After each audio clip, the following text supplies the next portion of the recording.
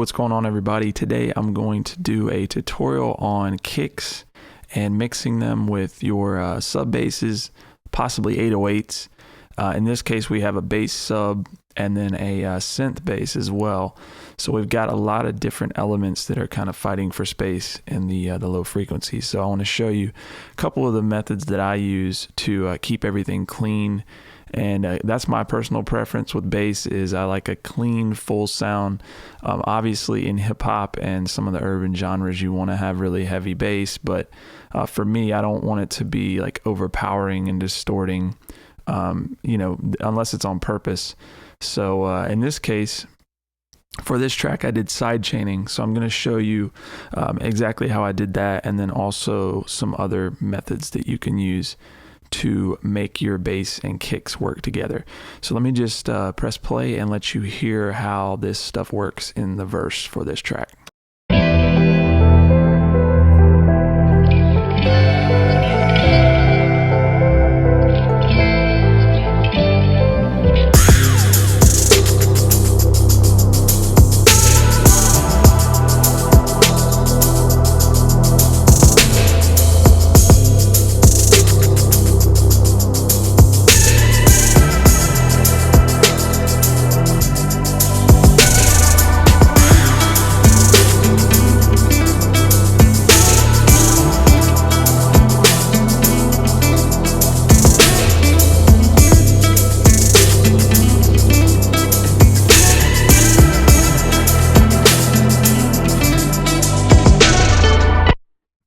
All right, so as you can hear, the elements that we have are this kick drum, which is just a kind of distorted, really punchy 808 sample.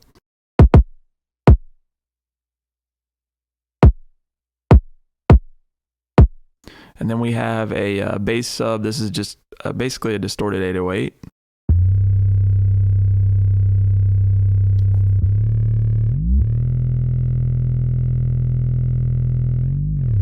It's got some portamento, some bending going on there. And then we have a bass synth.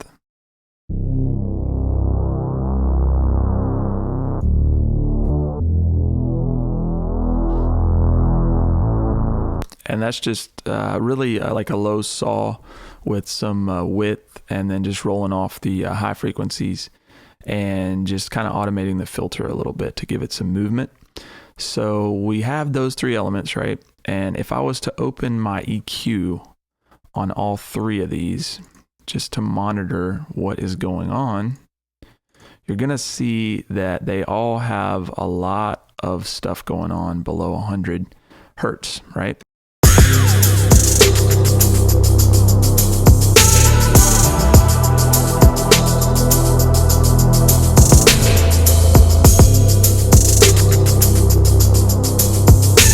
All right, so things are fighting a little bit, and we've got to make a decision here on how we're going to create space for each of these elements, right? So what we can do is we could EQ them, and we could kind of carve out some frequencies to make room for the various elements and kind of put them in their own space. And what I did with this track is a combination of that along with sidechaining. I'm sure you've heard about sidechaining before. It's used a lot in the EDM world for that kind of pumping effect. And in this case, we're not using it for that specifically. This is more for EQ and for the mix, just to create space for the various elements. So what we're going to do first to use this sidechain effect is we want to send our kick drum, because this is going to be the trigger for the sidechain, and I'll show you what I mean by that. But we want to send our kick out to a bus, and I've already created a bus, and I've just called it kick SC. So I'm going to send it there. Go ahead and dial that up to 0, and you'll see down here, this is our bus for the kick. And the other thing you want to do that's very important is you want to make sure that this has no output, because we do not need a duplicate signal of this kick, right? This is just going to be a trigger for our compressor, which I'm going to show you in a second. So make sure and select no output. Okay, so once that's done, what we want to do now is I want to deal specifically with the kick and the bass sub Those are the first two elements we're going to deal with. So I want to add a compressor to the bass sub, okay? The next thing we need to do is we need to select what is going to be the trigger for the sidechain. And so we've set up our kick on bus 1. I'm going to select that. And now I'm going to solo these, and I'm going to show you what's happening here.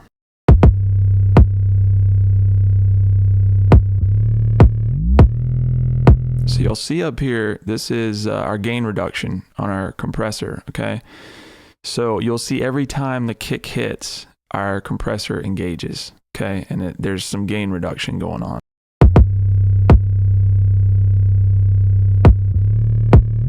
So what's essentially happening is every time that kick is coming in, the compressor is telling our bass sub to back off a little bit and let the kick come through, and then it'll, let go.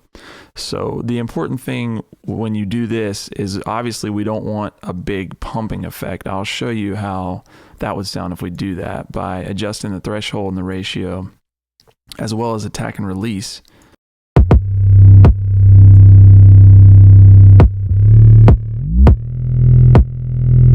So that's like a big ducking effect, and we're not going for that. We don't want it to be so noticeable. It's going to be more of a subtle thing.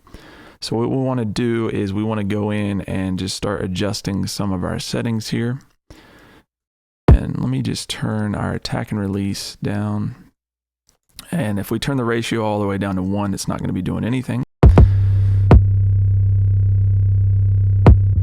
So if we've got our threshold set, and then we just slowly bring in our ratio here.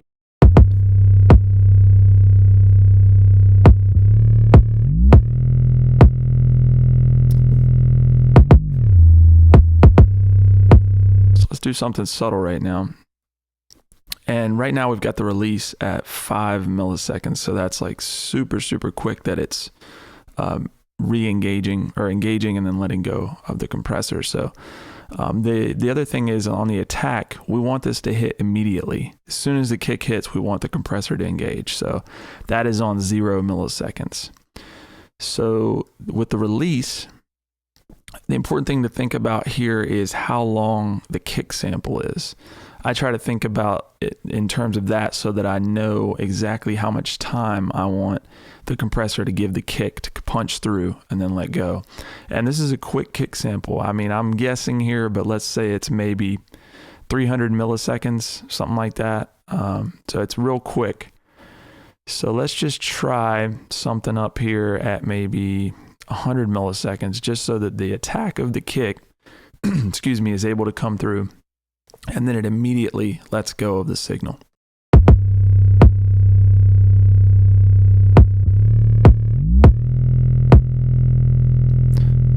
So you'll notice down here how it's just letting that kick come through. Everything's a lot more punchy. So this is just going to work better on a lot of systems, and it gives it a cleaner effect. There's no real noticeable ducking or anything, but it's a subtle mix effect there that's going to clean everything up. So now that we have that in place, the next thing we want to do is do something about this bass synth, because there's a lot of low frequencies going on here as well. And with this, I like the tone of this sound, but we've already got enough bass frequencies in the bass sub or the distorted 808 and the kick. So I really don't need all the low end information from this bass synth. So I'm going to go ahead and I'm just going to roll off our lows. So let's just engage a shelf here and put it at, I don't know, let's say 110, maybe more, 170, something like that. We don't really need a lot of this stuff.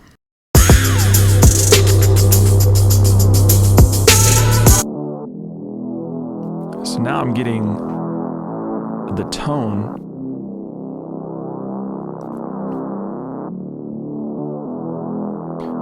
but I don't need all of the low end. But the other thing I want to do is with this, I would I think it'd be cool to have some ducking going on and kind of a pumping sound with this bass synth. And that's what I did in the final mix. You'll hear it. I'll play at the end of this video.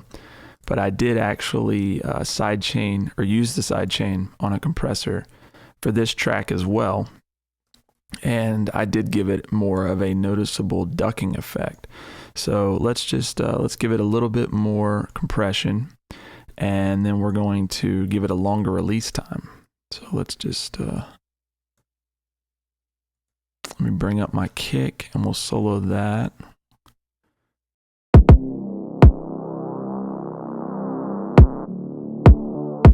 Select my sidechain, which is bus 1.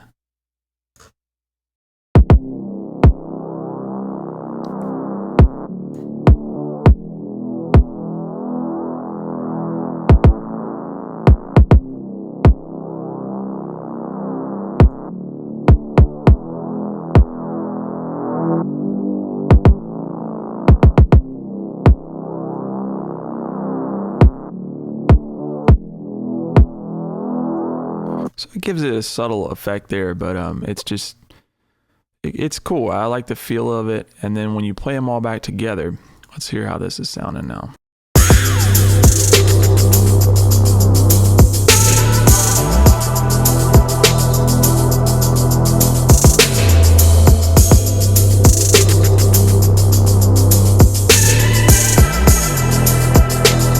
See how everything's blended? It's not fighting. Sounding a lot better. Now there's a couple of other things that I want to do to enhance the kicks and the bass, and this is something you can use in any of your beats. So let's go to the kick and let's see what can we do to kind of make this kick punchier and get through the mix a little better. So I want to EQ this. Okay, so we've made some room for it, and we have everything kind of bouncing off of this. So let's go ahead and let's just do a little bit of EQ in here. And let's just look and see what's going on right now.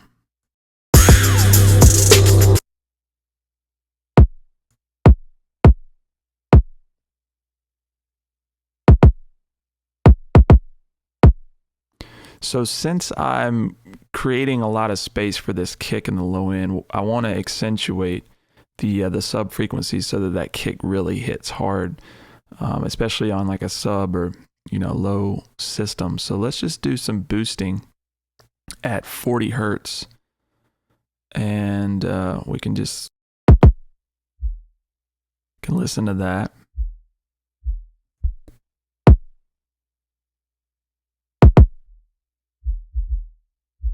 If you're on a laptop or headphones, you're not going to hear that, but it's just adding some sub.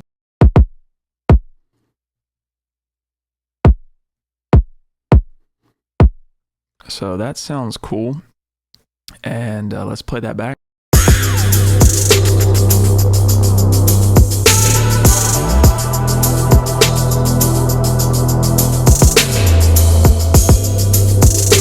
Some nice low end. Now the other thing I want to do is add a little bit of mids, because I want that click to really come through in the kick drum. So let's just go up here towards, let's just kind of play around with it and listen. Solo.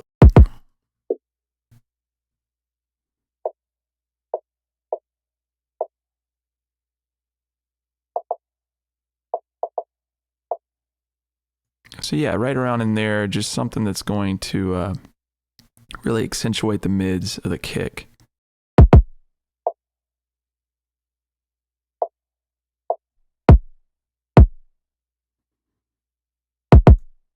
Let's play that back.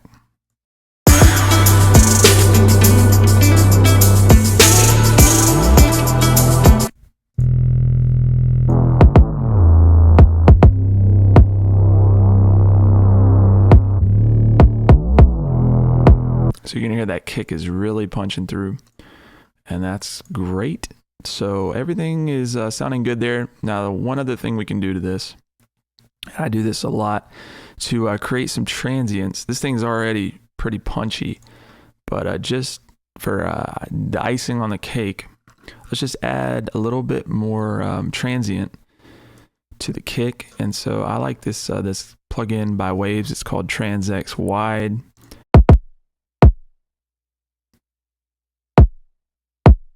So you can hear it. Okay, let me take it off. Let's do the duration a little bit less. So this is without.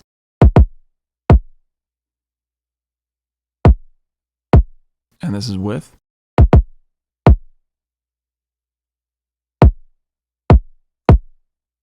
Without.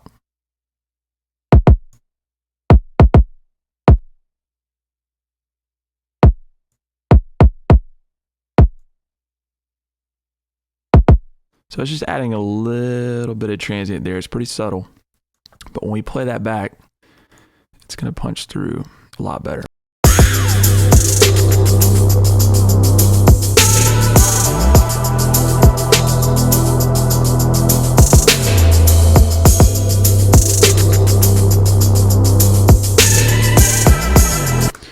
Cool, so let's move on to the bass sub. And what I want to do here is I want to accentuate some of the low end again and create some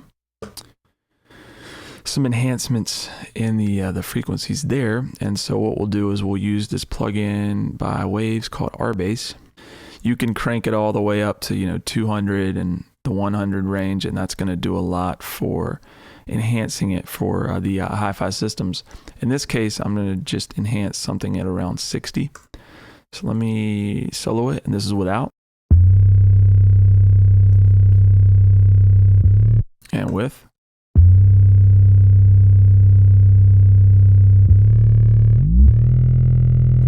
A lot thicker. And so again, we've got the kick, which is we've accentuated at like 40. And so this one is going to be more towards 60. And what that's going to do is just make everything really fat and punchy down there.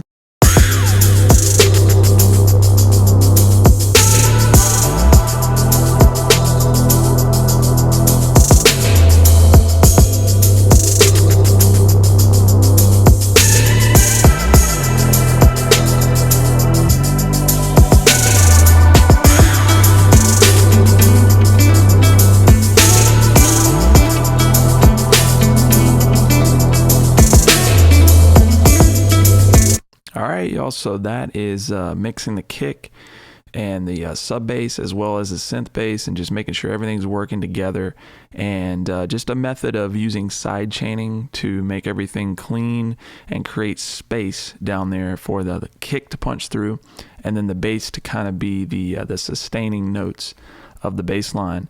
And again, on lo-fi systems, that's just going to work out a lot better. It's going to be a lot cleaner, and it's going to give you a more full and rich sound.